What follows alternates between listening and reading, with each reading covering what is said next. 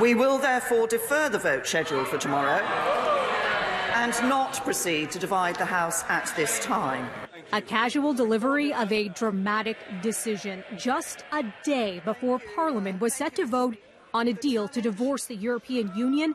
British Prime Minister Theresa May calling it off, putting Brexit in limbo. On one issue, the Northern Ireland backstop, there remains widespread and deep concern. As a result, if we went ahead and held the vote tomorrow, the deal would be rejected by a significant margin.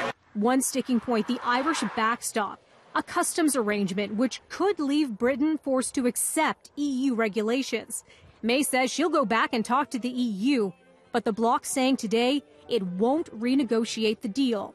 And the British opposition leader suggesting the current agreement as is dead in the water. Bringing back the same botched deal will not change its fundamental flaws and deeply held objections. What happens next is up in the air, 2 years after 52% of voters backed Brexit in a referendum.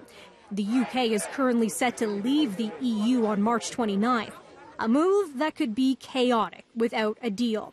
Some are pushing for a second referendum. Another option, May could still get support for an exit agreement. Brexit uncertainty prompting investors to ditch European shares, and the sterling slumped to a more than 1 year low today. A united message from protesters, both pro and anti-Brexit, expressing their frustration with May's decision to postpone the vote. The clock's ticking down, and that leaves us closer and closer to crashing out with no deal. So I think it's deeply irresponsible of her to defer the vote. We've basically got a weak and rudderless government at the moment. We voted to leave the European Union.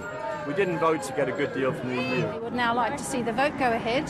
I'd like to see her lose the vote. I'd like to see her then resign, and I'd like a new leader of the Conservative Party.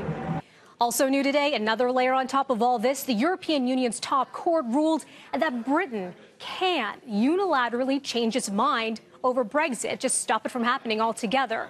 A glimmer of hope maybe to those who don't want to leave the EU. EU leaders, by the way, they're set to meet later this week.